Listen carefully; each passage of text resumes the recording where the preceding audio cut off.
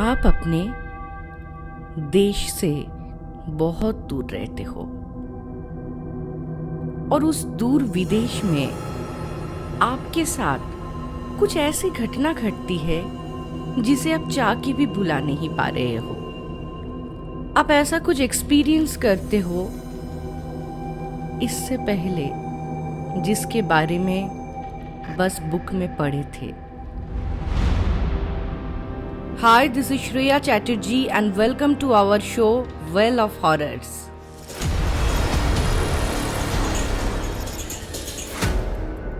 आज well of horrors का episode काफ़ी इंटरेस्टिंग होने वाला है। मैं स्पॉइलर नहीं दूंगी आप लोगों को, लेकिन मैं चाहती हूँ ये पूरा इंसिडेंट आप लोग सुने। जैसे कि मैं पहले ही सभी लिसनर्स को थैंक यू बोल चुकी हूँ, वेल ऑफ हॉरर्स के सारे फैमिली मेंबर को बहुत सारा थैंक यू बोल चुकी हूँ हमें इंसिडेंट भेजने के लिए। और आज इंसिडेंट आप लोग मेरी वॉइस में नहीं सुनेंगे। जिन्होंने हमें इंसिडेंट भेजे हैं वो खुद वॉइस रिकॉर्डिंग में भेजे थे हमें, और रिकॉर्डिंग इतना परफेक्ट था, ऑडिबल था। तो मैं चाहती हूँ कि आप लोग उनके वॉइस में उनका खुद का इंसिडेंट सुनिए। ये एक अलग एक्सपीरियंस होने जा रहा है first time well of horrors में। तो चलिए इंसिडेंट पे चलते हैं, लेकिन इंसिडेंट शुरू करने से पहले, इंसिडेंट सुनने से पहले ईयरफोन्स लगा लीजिए, लाइट्स ऑफ कर दीजिए और रेडी हो जाइए डर के इस राइड के लिए।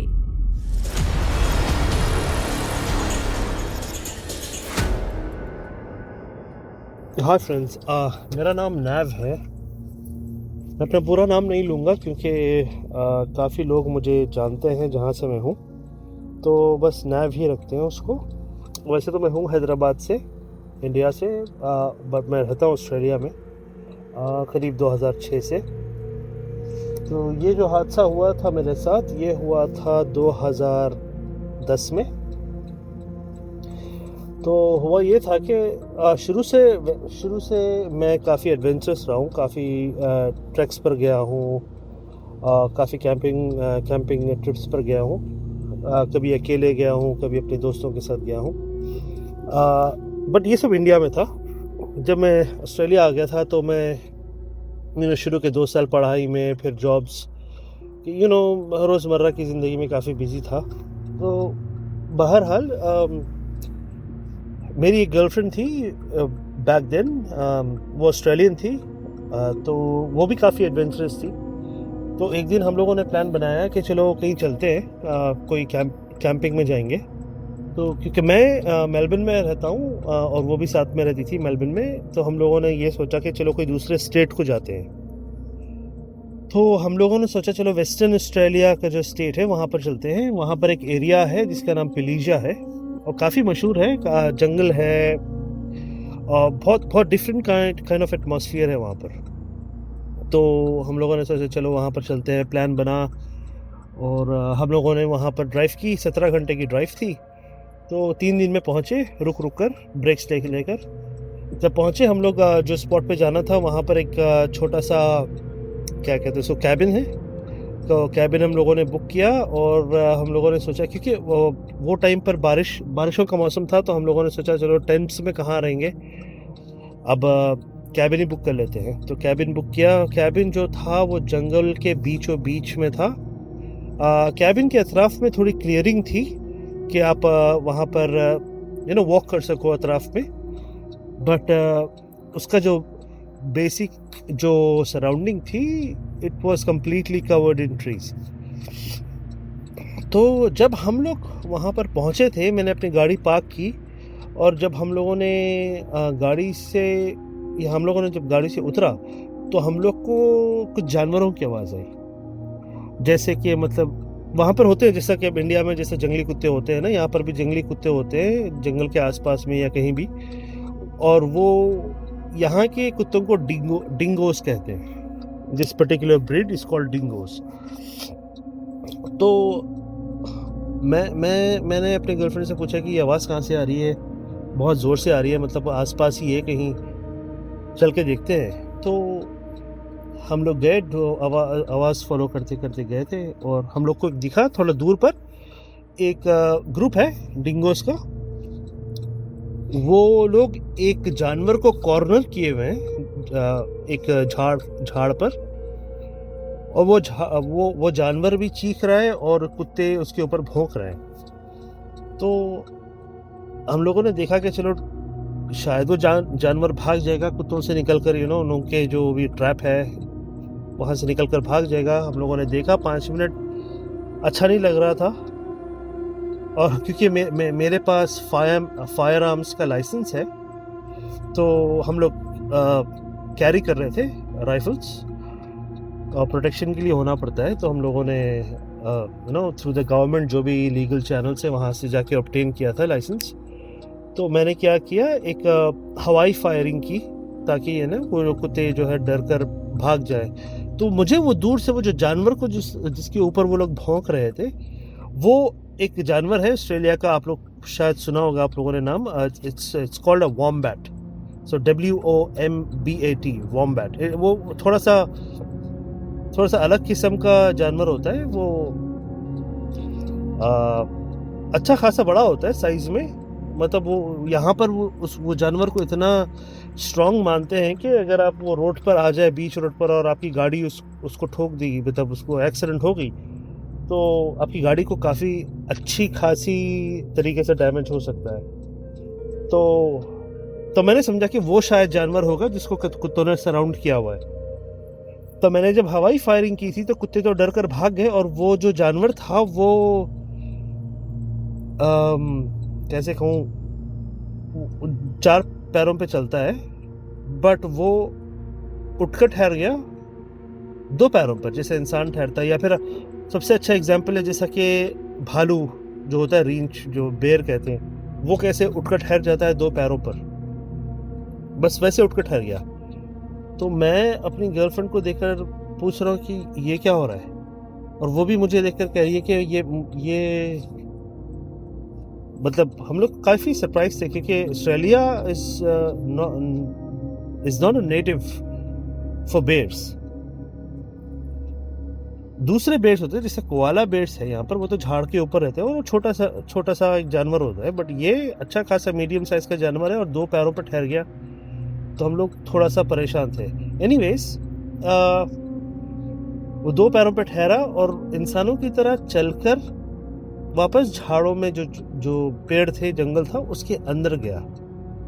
और हम लोग देख ही रहे थे वहां पर कि वहां पर और एक बड़ा, क्या कहते हैं उसको,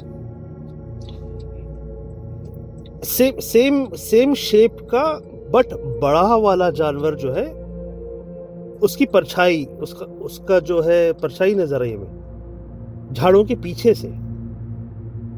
और वो काफी बड़ा था। मतलब मैं ज्यादा लंबा नहीं हूँ, मैं हूँ 5 फीट 11 इंच का मैं हूँ, और वो था करीब 7 फुट 8 फुट, पता नहीं, और हो भी सकता और लंबा भी हो जाए, शायद मैं गलत हूँ, और लंबा भी हो जाए।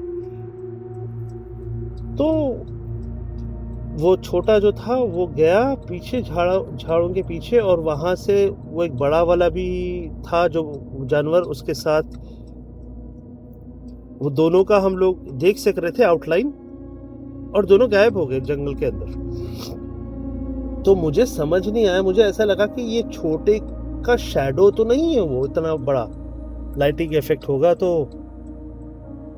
काफी देर तक हम लोग ठहरे थे वहां पर, मतलब आधा घंटा शायद हम लोग सिर्फ वहीं देखते ठहरे थे कि आखिर हो क्या रहा है, हमें समझ नहीं आ रहा था।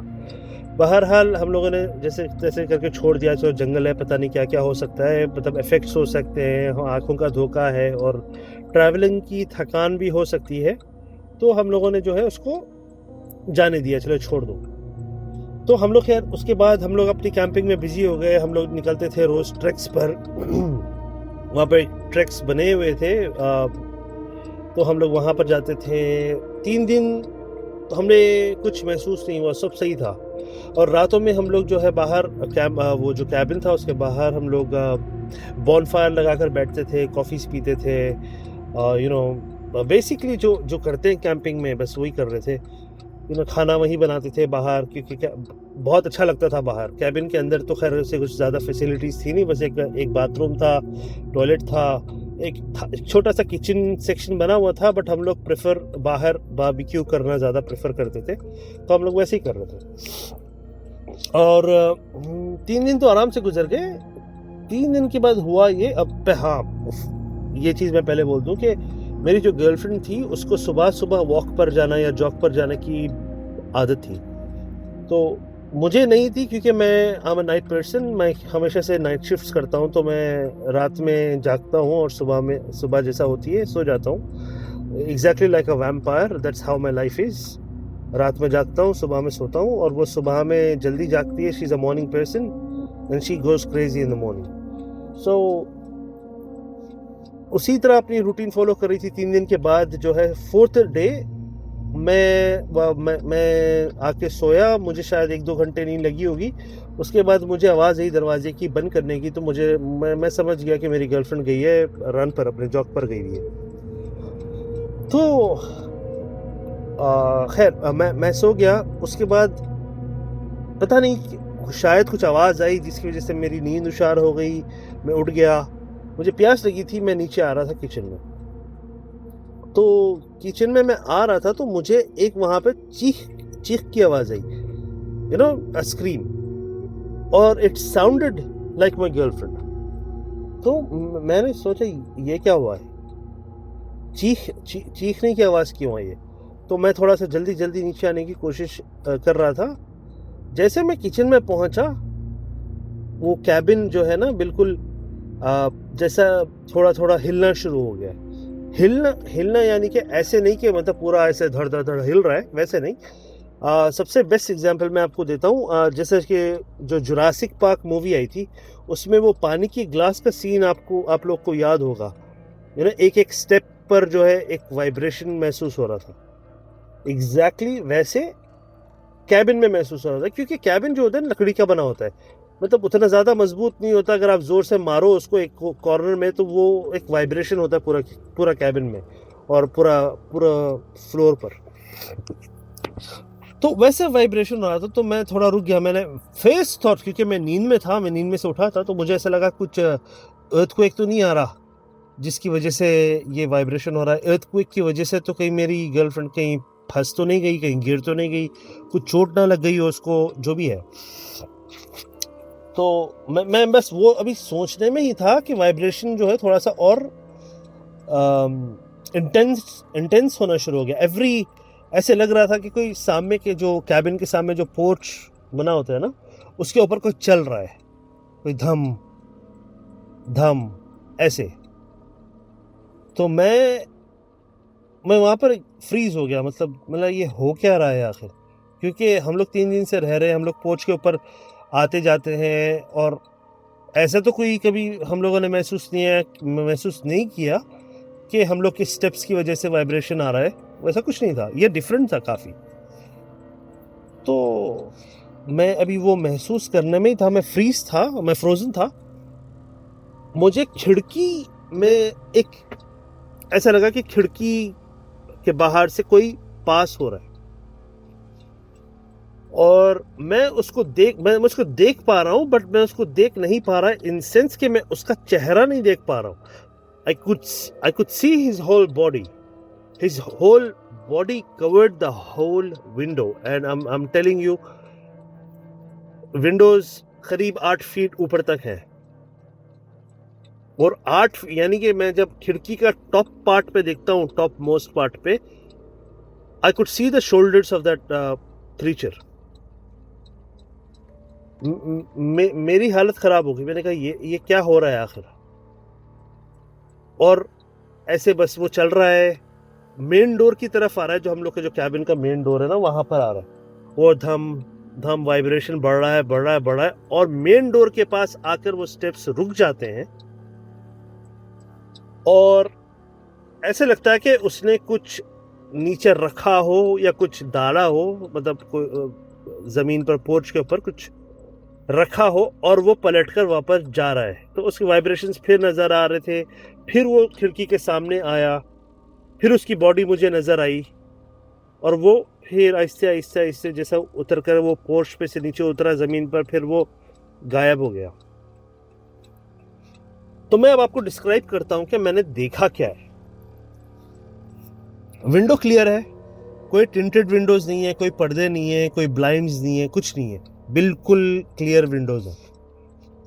और मैं देखता हूं कि ये जो क्रीचर विंडो के सामने आया है, जितना हिस्सा मैं देख सकता हूं, यानी कि शोल्डर से लेकर उसके मैं समझता हूं थाइस तक, I'm assuming थाइस ही होंगे वहां तक, he is covered in hair. मतलब छोटे छोटे बाल नहीं है, it's pretty long hair. He is covered completely 100% of his body in hair. मैं समझता हूँ एक दो तीन आराम से 10-15 इंच के बाल होंगे लंबे, और डार्क ब्राउन या रेडिश कलर है उसका। ये वो जो बंदर होते हैं वो एप की एक कैटेगरी होती है, ओरेंगटान। सो उनका जो ब्राइट ऑरेंजिश कलर है ना, बस उसको आप थोड़ा सा और डार्क कर दे। वो शेड्स आ रहे थे उसके ऊपर, यानी कि डार्क ब्राउन, रेड या ऑरेंजिश शेड का उसका पूरा बॉडी कवर्ड है। और he is got a muscular body, like Arnold Schwarzenegger भी छोटा पड़ जाएगा उसके सामने, इतनी मस्कुलर बॉडी है उसकी।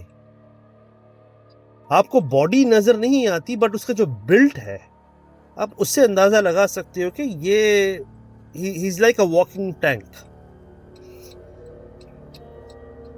तो मैं उसका चेहरा नहीं देख सका, तो मैं वेट किया कि वो वाइब्रेशंस खत्म हो जाए और वो कंप्लीटली वो एहसास खत्म हो जाए कि मतलब वो यहाँ पर नहीं है, ये प्रॉपर्टी में नहीं है, वो चला गया है, जो भी है।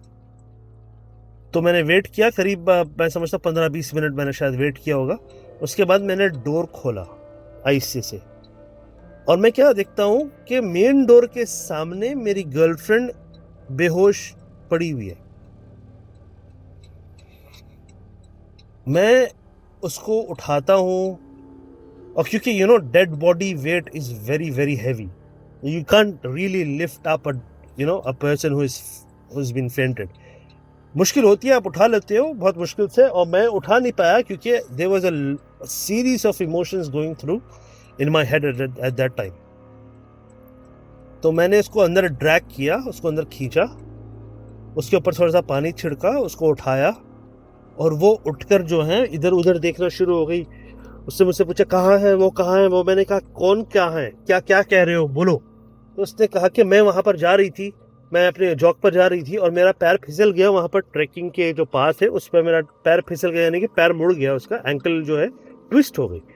And she fell down on a slope going inwards towards the jungle. तो मैं वहाँ जाके जो है फंस गई। वहाँ पे फंसने के बाद मैं क्योंकि अब वो हम लोग जो एरिया में हम लोग थे, तो वहाँ पर मोबाइल नेटवर्क्स का बिल्कुल नहीं थे, मतलब सिग्नल्स नहीं आ रहे थे। It was a very isolated place. तो उसको पता था कि मोबाइल से तो कॉल कर नहीं सकते। She started screaming my name, hoping that I'll hear her and I'll come and help her. But मुझे तो कुछ आवाज़ आई नहीं, क्योंकि मैं तो बस गहरी नींद में था, क्योंकि मैं सोता ही सुबह हूँ। तो वो चीख रही थी काफ़ी, मैं समझता हूँ 10-15 मिनट तक उसने चीखा। उसके बाद उसने थोड़ा सोचा कि थोड़ा रेस्ट कर लेते, उसके बाद शायद उसका पैर सही फील करेगा तो वो उठकर आ जाएगी। तो वो चीखते चीखते ये हुआ कि उसको ऐसा महसूस हुआ कि कोई उसको देख रहा है कहीं से। someone's keeping an eye on you, but उसको ये पता नहीं था कि अब कौन कहाँ से देख रहा है। उसको बस ऐसा फील हो रहा था कि कोई उसको देख रहा है। और गर्दन के पीछे जो बाल होते हैं वो ऐसे, उसको ऐसा फील हुआ कि वो ठहरने शुरू हो गए बाल उसके, यानी कि वो that is the last stage of fear. जब आपके गर्दन के बाल ठहर जाए ना पीछे, तो यानी कि आप को कुछ महसूस हो रहा है, फॉर डेफिनेटली कुछ महसूस हो रहा है। तो वो खामोश हो गई, वो एकदम परेशान होकर इधर उधर देखना शुरू की, उसको समझ नहीं आ रहा था, वो जोन इन करना चाह रही थी कि उसको महसूस कौन से डायरेक्शन से हो रहा है ऐसे, but she couldn't be certain as to where it's coming from. बस वो उसी उसमें थी कि महसूस ऐसे क्यों हो रहा है उसको। फिर कुछ रसलिंग की आवाज़ आई, जैसे कि ड्राई पत्तों के ऊपर कोई पैर रखता हो तो आवाज़ आती है ना पत्तों की, बस एग्जैक्टली वैसे आवाज़ आना शुरू हो गई। तो वो डायरेक्शन में फेस कर देख रही थी। उतने में वो क्या देखती है कि वो जो हम लोग जो दिन आए थे, वो दिन जो जानवर को हम लोगों ने देखा था, हम लोगों ने जो हवा फायरिंग की कर कुत्तों को भगाया था, वो जानवर इसकी तरफ आ रहा है। और वो बच्चा ही है, छोटा ही है, छोटा होगा मैं समझता हूँ करीब 4 फीट का, 4.5 फीट का होगा लंबा, और 2 पैरों पे इंसानों की तरह चलकर उसके पास आया, झाड़ों के पास से, झाड़ियों में से निकलकर उसके व्यू में आ गया है। अब वो बैठकर सिर्फ ये सोच रही है कि what in the world is that.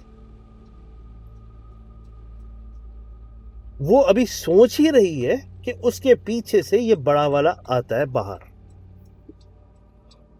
वो जब आता है तो वो मेरी गर्लफ्रेंड जो है उठकर भागने की कोशिश करती है, क्योंकि जब आप कुछ ऐसी चीज देख लो जो आप कभी सोच ही ना सको कि पॉसिबल है, आपने कभी किताबों में नहीं पढ़ा उसके बारे में, कभी टीवी पर नहीं देखा उसके बारे में, कभी कोई no knowledge whatsoever about a creature who's standing in front of you, living and breathing.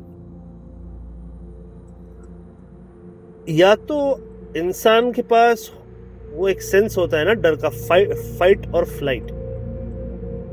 आप वो ऐसे सेंस में आ जाते हो कि आपको कुछ समझ नहीं आता, या तो आप भिड़ जाते हो उसके साथ, you'll go and take up the fight, और you'll run। तो ये भागना शुरू की इसने। अब वो पैर में दर्द है, वो लगड़ते भाग रही है। भागते भागते फिर एक स्पॉट ऐसा आया कि वो फिर गिर गई, और वो पीछे पलटकर देखती है तो वो लोग भाग नहीं रहे थे, बस उसकी तरफ आराम से चल कर आ रहे थे।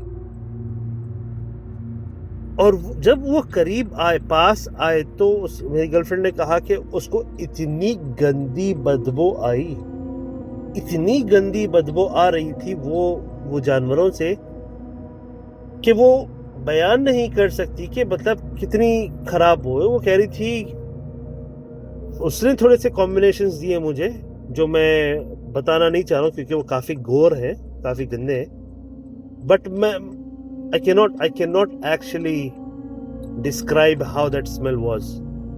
बस इतना समझ लो कि एक सड़ा हुआ मांस काफी दिन से सड़ा हुआ है, और उसके ऊपर किसी ने जो है someone has urinated on top of that piece of meat।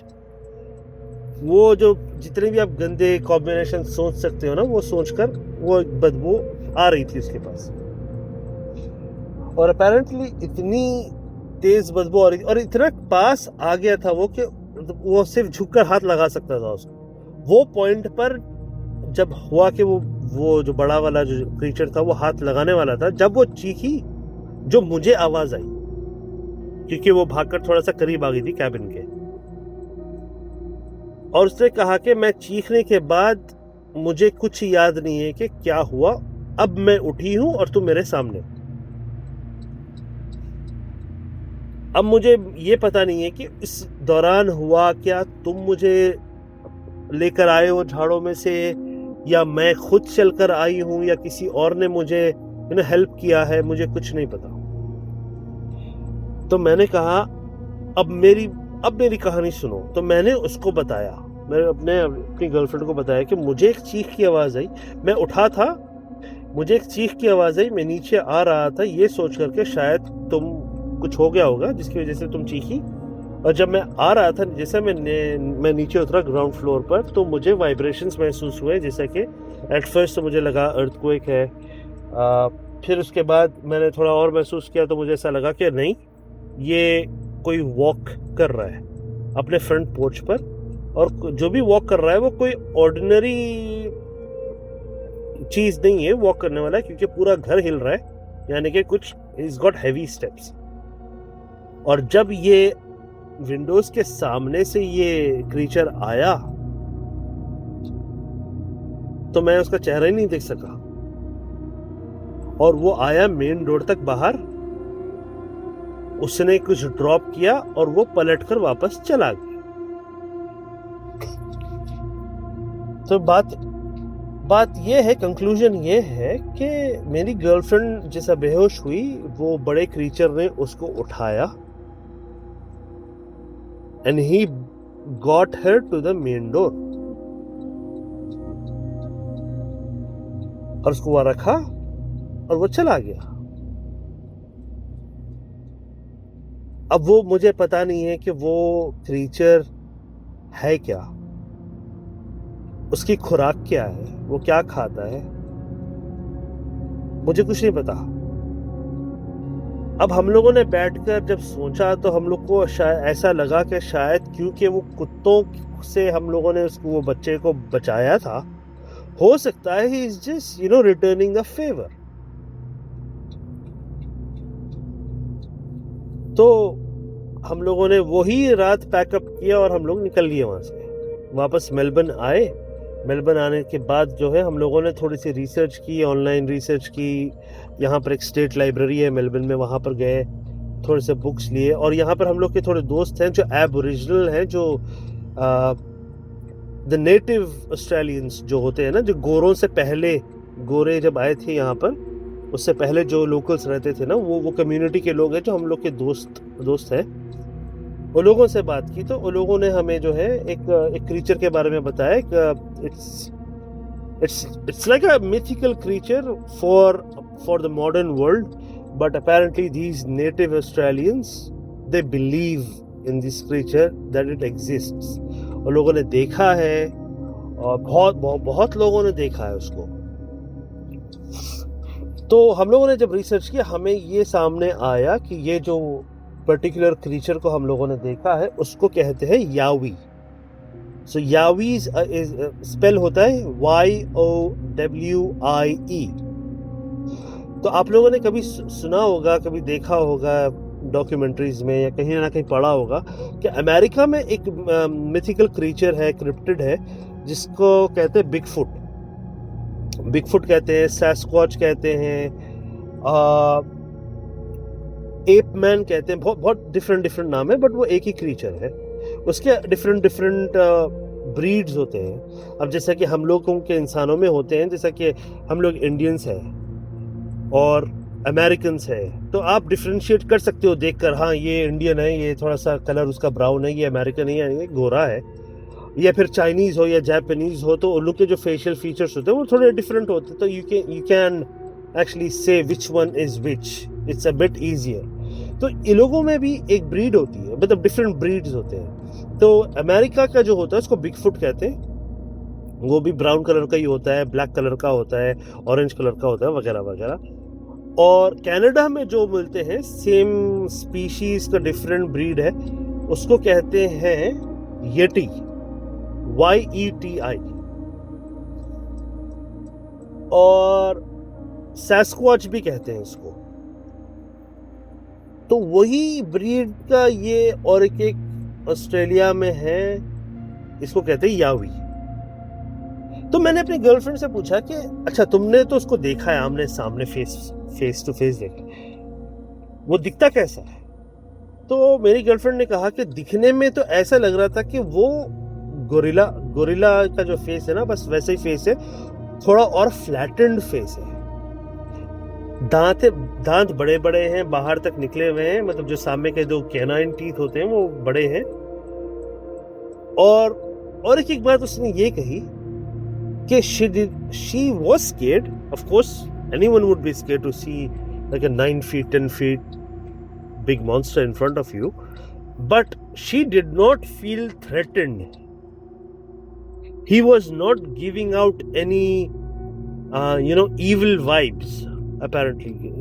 If you're facing a predator, अगर आपके सामने कोई प्रेडेटर आ जाए, शेर आ जाए या बब्बर शेर आ जाए या जो भी है, if they want to attack you they'll give out a vibe that कि आज तो तुमको मैं खाने वाला हूँ या तुमको अटैक करने वाला हूँ।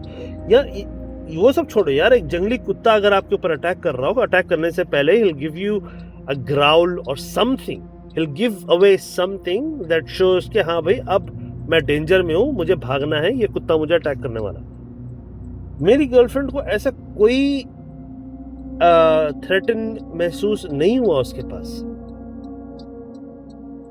He did not show off his teeth.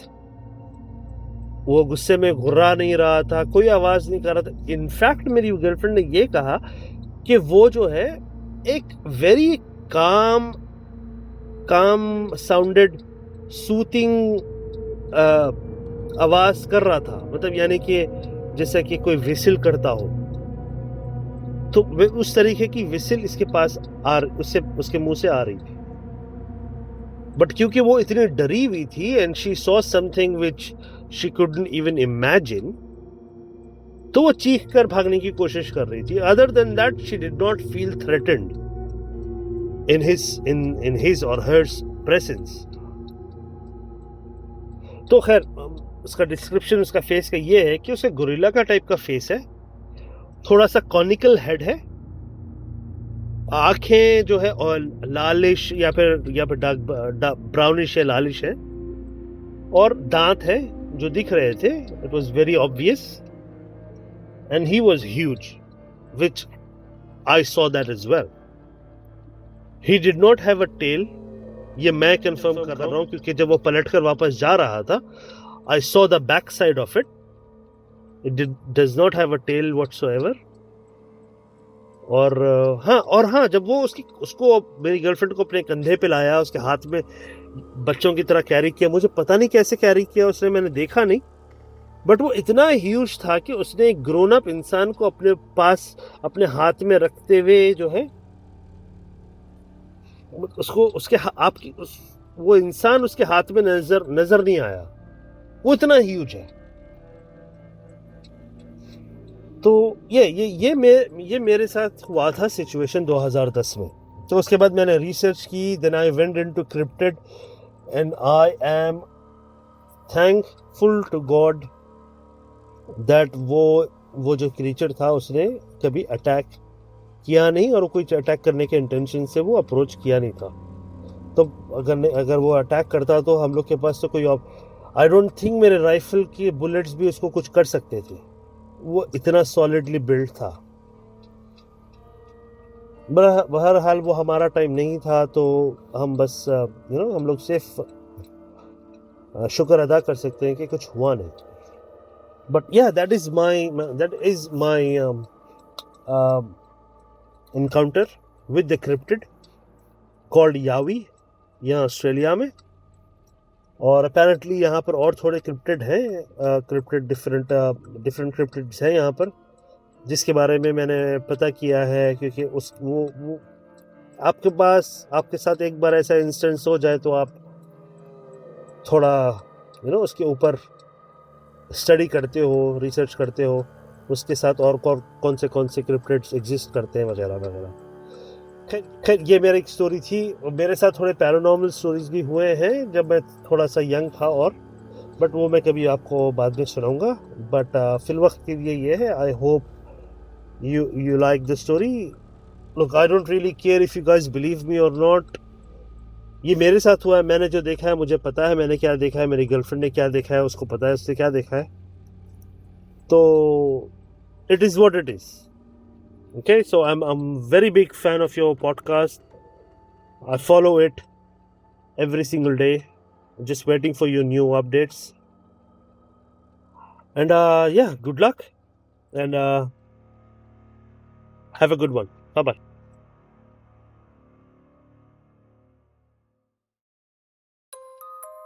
काफ़ी इंटरेस्टिंग इंसिडेंट था।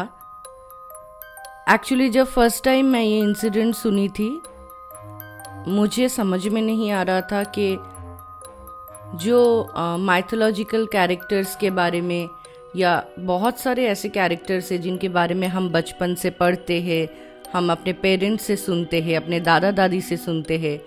क्या सच में वो कैरेक्टर्स एग्जिस्ट करते हैं? लेकिन नैव का इंसिडेंट सुनने के बाद मुझे तो यकीन हो गया एक्चुअली मिरेकल होते हैं। ऐसे बहुत सारी चीज़ें हमारे दुनिया में है जो हमें पता नहीं है, और हमें पता नहीं है मतलब ये नहीं है कि वो एग्जिस्ट नहीं करते हैं।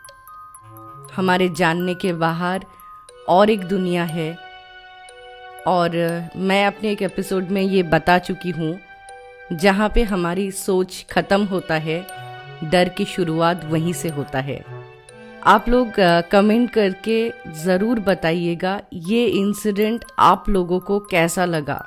काफ़ी बड़ा इंसिडेंट था और काफ़ी पेशेंस के साथ आप सब ने सुना इस इंसिडेंट को। नैव के जैसा हमें इंसिडेंट भेजना चाहते हैं तो आप हमें मेल कर सकते हैं wellofhorrors@gmail.com। आप हमारे फेसबुक या इंस्टाग्राम चैनल पे भी वॉइस मैसेज के थ्रू हमें इंसिडेंट भेज सकते हैं, या तो आप हमें वॉइस मैसेज मेल पे भी भेज सकते हैं।